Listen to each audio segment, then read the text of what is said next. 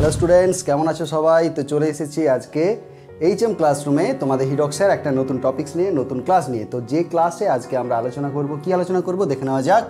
Representation of vector by coordinates, অর্থাৎ স্থানাঙ্কের সাহায্যে ভেক্টরের প্রকাশ, পজিশন ভেক্টর বা অবস্থান ভেক্টর, এবং ডাইরেকশন কোসাইন্স অফ ভেক্টর অথবা ভেক্টরের দিকসূচক কোসাইন।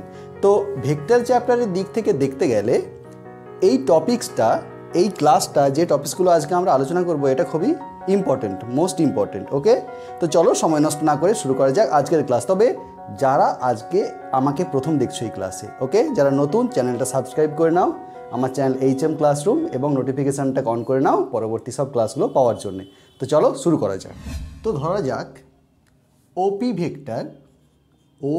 ভেক্টর দ্বারা আর ভেক্টরকে মানে ও অভিমুখে সূচিত করে, বা বলতে পারি ওপি ভেক্টরটা আর ভেক্টরকে সূচিত করে।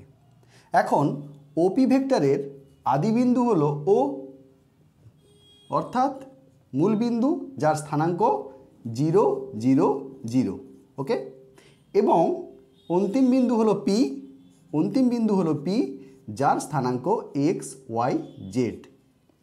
x, y, z কি না, x হলো x অক্ষ বরাবর x ঘর, y অক্ষ বরাবর y ঘর, এবং z অক্ষ বরাবর z ঘর।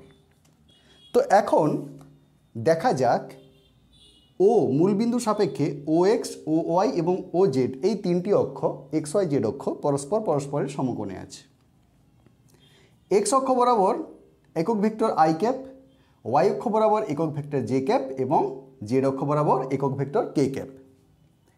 এখন পি বিন্দু থেকে আমরা কি করলাম না, XY তলের ওপর, XY তল, খেয়াল করো, x অক্ষ y অক্ষ, ওকে, XY তলের ওপর পি ড্যাশ বিন্দু পর্যন্ত একটা আমরা লম্ব টানলাম। এই পি ড্যাশ বিন্দু স্থানাঙ্ক কত হবে তাহলে না, x, y, 0, ওকে। এইবার ভালো করে লক্ষ্য করো, আমাদের ত্রিভুজ, আচ্ছা, এই এ পি ড্যাশ আমরা সামান্তরিক কমপ্লিট করলাম কি না, পি থেকে ও এক্স রেখার ওপর এ বিন্দু পর্যন্ত লম্ব টানা হলো, এবং পি ড্যাশ থেকে ও ওয়াই অক্ষের ওপর বি বিন্দু পর্যন্ত লম্ব টানা হলো। ও থেকে পি ড্যাশ বিন্দু পর্যন্ত যোগ করা হলো। তাহলে এবার দেখি ত্রিভুজ ও এ পি, ভালো করে লক্ষ্য করো, ত্রিভুজ ও এ পি এর ক্ষেত্রে কি হবে না, ক্রমান্বয়ে গৃহীত দুটি বাহু ও এ এবং এপি ভেক্টর, এদের লব্ধি কি না, বিপরীত ক্রমে গৃহীত তৃতীয় বাহু O P dash vector, okay. তাহলে আমরা কি পেলাম, O P dash vector equals to O A কত না, ইউনিট ভেক্টর যদি আই ক্যাপ হয়, এক্স ঘর গেলে ও এ হবে x into i cap plus AP অর্থাৎ O B, AP vector equals to O B vector. O B সমান কত হবে, ওয়াই অক্ষ বরাবর যে যদি ইউনিট ভেক্টর হয় জে ক্যাপ, তাহলে ওয়াই অক্ষ বরাবর যদি ওয়াই ঘর যায় তাহলে ওয়াই ইন্টু জে ক্যাপ, এবং এর আগে আমরা পেয়েছি O A vector equals to x into i cap, okay. চলো, আমরা এটা পেয়েছি। এরপর চলো ত্রিভুজ ও পি ড্যাশ পি, ভালো করে লক্ষ্য করো, ও পি ড্যাশ পি, এই ত্রিভুজের ক্ষেত্রে দেখো O P dash vector plus P dash P vector equals to ক্রমান্বয়ে গৃহীত তৃতীয় বাহুটি ওই ভেক্টর দুটির লব্ধিকে মানে ওই দিকে সূচিত করবে, অর্থাৎ ক্রমান্বয়ে গৃহীত তৃতীয় বাহুকে ও পি ভেক্টর, ওকে। চলো এবার আসি, और OP vector equals to OP dash আমরা কি পেয়েছি, x i cap plus y j cap, plus P dash P অর্থাৎ এক্স ওয়াই তল থেকে এই এক্স ওয়াই 0 বিন্দু থেকে জেড অক্ষ বরাবর যতটা উঠেছে, কত না এক্স ওয়াই জেড, অর্থাৎ কত দূরত্ব উঠলো জেড, জেড ইন্টু কী হবে না ইউনিট ভেক্টর জেড অক্ষ বরাবর কে ক্যাপ। ওকে, সো আমরা লিখতে পারি ওপি ভেক্টরটাকে আমরা প্রথমেই বলেছি এটা কি ভেক্টর সূচিত করছে, আর ভেক্টর। তাহলে আমরা লিখতে পারি r vector equals to x i cap plus y j cap plus z k cap, and this is the vector. কি কোন ভেক্টর না সেই ভেক্টর যার আদি বিন্দু 0 0 0 স্থানাঙ্ক কোঅর্ডিনেটস এবং যার ফাইনাল পয়েন্ট অর্থাৎ অন্তিম বিন্দুর স্থানাঙ্ক এক্স ওয়াই জেড। তাহলে দেখো আমরা বলতে পারি, যদি বলতে পারি যে মূলবিন্দুর সাপেক্ষে আর ভেক্টর মূলবিন্দুর সাপেক্ষে পি বিন্দুর অবস্থান ভেক্টর হবে x i cap plus y j cap plus z k cap. তাহলে মূলবিন্দুর সাপেক্ষে সাপোজ একটা ধরে নিলাম, মূলবিন্দুর সাপেক্ষে একটা পয়েন্ট দিলাম। কোন পয়েন্ট? সাপোজ ধরে নিলাম পি, P0 3 -4 2। ওকে, তাহলে এর অবস্থান ভেক্টর কত হবে? এর অবস্থান ভেক্টর হবে, দেখো যদি মূলবিন্দুর সাপেক্ষে হয় তাহলে এই OP0 একে আমরা লিখতে পারি 3i cap plus into minus, okay, -4j cap plus 2k cap. Okay, বোঝা গেল? তো চলো এরপর আসছি আমরা পজিশন ভেক্টর বা অবস্থান ভেক্টরে। অবস্থান ভেক্টর বা পজিশন ভেক্টর কাকে বলবো, ডেফিনেশনটা আগে আমরা দেখিনি। মূলবিন্দুর সাপেক্ষে কোনো বিন্দুর অবস্থান নির্দেশকারী ভেক্টরকে ওই বিন্দুর অবস্থান ভেক্টর বলা হবে। তাহলে কি বলেছে? মূলবিন্দুর সাপেক্ষে। আমরা দেখেছি, একটু আগেই দেখলাম, যদি এটা মূলবিন্দু হয় যার স্থানাঙ্ক 0 0 0, সেই সাপেক্ষে যদি একটি পি বিন্দু ধরা হয় এক্স ওয়াই জেড, ওকে, তাহলে এই ওপি ভেক্টর সাপোজ ধরলাম এটা আর ভেক্টর। তো এই ভেক্টরকে ওপি ভেক্টরকে বলা হবে যে মূলবিন্দুর সাপেক্ষে ওই বিন্দুর অবস্থান ভেক্টর, অর্থাৎ 0 মূলবিন্দুর সাপেক্ষে পি বিন্দুর অবস্থান ভেক্টর। অ্যাজ ইউজুয়াল আমি একটা উদাহরণ দিয়েও দেখিয়েছিলাম যে সাপোজ এই পি বিন্দুর স্থানাঙ্ক সাপোজ ধরলাম, আমি বলেছিলাম 2 -3 +4 সামথিং। সো এই ক্ষেত্রে ওপি ভেক্টর কি হবে না 2i cap -3j cap plus 4k cap. Okay, এবার চলো এই যে অবস্থান ভেক্টর এর মান কি হবে আমরা দেখে নিই। কি না মান। সো মান কিভাবে বের করব আমরা? দেখো আমরা দেখেছিলাম, তাই তো, এর আগে আমরা এঁকেছিলাম। তো আমাদের খেয়াল করো, এটি ছিল পি বিন্দু যার স্থানাঙ্ক ছিল এক্স ওয়াই জেড, এটা মূলবিন্দু 0 0 0, এবং এক্ষেত্রে আমরা এক্স ওয়াই জেড ক্যাপে কী ছিল, এখানে ছিল এ বিন্দু, এখানে ছিল বি বিন্দু, এখানে ছিল পি ড্যাশ বিন্দু। আমরা এভাবে ত্রিভুজগুলো অঙ্কন করেছিলাম। সো দেখো এটা ছিল আর ভেক্টর। তো এক্ষেত্রে এই ত্রিভুজ ও এপি এর ক্ষেত্রে কি ছিল? ত্রিভুজ ও এপি এর ক্ষেত্রে অতিভুজের স্কোয়ার ইকুয়ালস টু লম্ব স্কোয়ার প্লাস ভূমি স্কোয়ার। তো এখানে আমরা লিখতে পারি OP dash square equals to O A square plus A P dash square. এটা পি ড্যাশ ছিল, খেয়াল আছে, যার স্থানাঙ্ক ছিল এক্স ওয়াই 0। সো এবং লেখা যায় ত্রিভুজ ও পি ড্যাশ পি, এই ত্রিভুজের ক্ষেত্রে কি লিখতে পারি আমরা? ওপি ভেক্টর অর্থাৎ ওপি স্কোয়ার ইকুয়ালস টু, আমরা শুধু মানগুলো নিচ্ছি, OP square equals to O P dash square plus P dash P square. তো এখান থেকে আমরা পেয়েছিলাম, দেখো লক্ষ্য করো ভালো করে, ওপি স্কোয়ার ইকুয়ালস টু কি আমরা বলতে পারি? R square equals to OP dash square equals to এখানটা কি O A square plus A P dash square plus P dash P square. O A কতটা ছিল? এটা এক্স ছিল, okay, x square plus A P dash অর্থাৎ OB কত ছিল? এটা y square plus P dash P কত? এটা দেখো 0 থেকে জেড পর্যন্ত গিয়েছে, তাই তো, ভালো করে লক্ষ্য করো, এক্স ওয়াই জিরো বিন্দু থেকে এক্স ওয়াই জেড বিন্দু পর্যন্ত গিয়েছে, অর্থাৎ পি ড্যাশ পি হলো জেড, সুতরাং এটা জেড স্কোয়ার। অর্থাৎ মান তাহলে এই অবস্থান ভেক্টরের মান r equals to root over x square plus y square plus z square. So আমরা মান পেলাম। তাহলে ডিরেকশান বা অভিমুখটা কোন দিকে পাবো? ডিরেকশান বা অভিমুখ কোন দিকে? দেখো, এই ভেক্টরের অভিমুখ কিন্তু এই ওপি বরাবর। ওকে, ওপি বরাবর যদি একক ভেক্টর আমরা বের করি তাহলে একক ভেক্টরের অভিমুখই হবে এই ভেক্টরের অভিমুখ।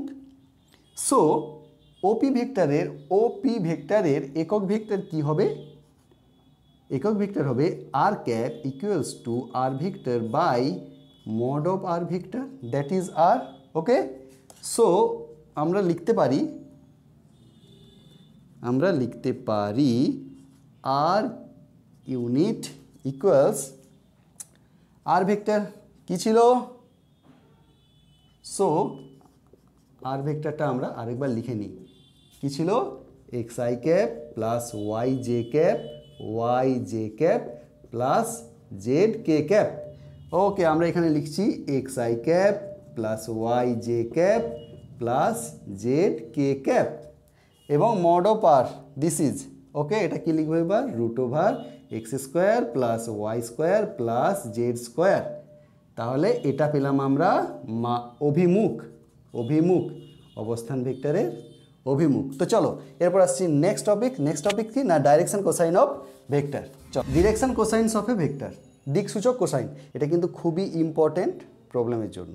তো দেখো, ডিরেকশন কোসাইন কি না, কোনো ভেক্টর, ওকে, কোনো ভেক্টর যদি এক্স অক্ষের সঙ্গে আলফা কোণ, ধনাত্মক এক্স অক্ষ, ওকে, এক্স অক্ষের সঙ্গে আলফা কোণ, ওয়াই অক্ষের সঙ্গে বিটা কোণ এবং জেড অক্ষের সঙ্গে গামা কোণ করে অবস্থান করে। কি বললাম?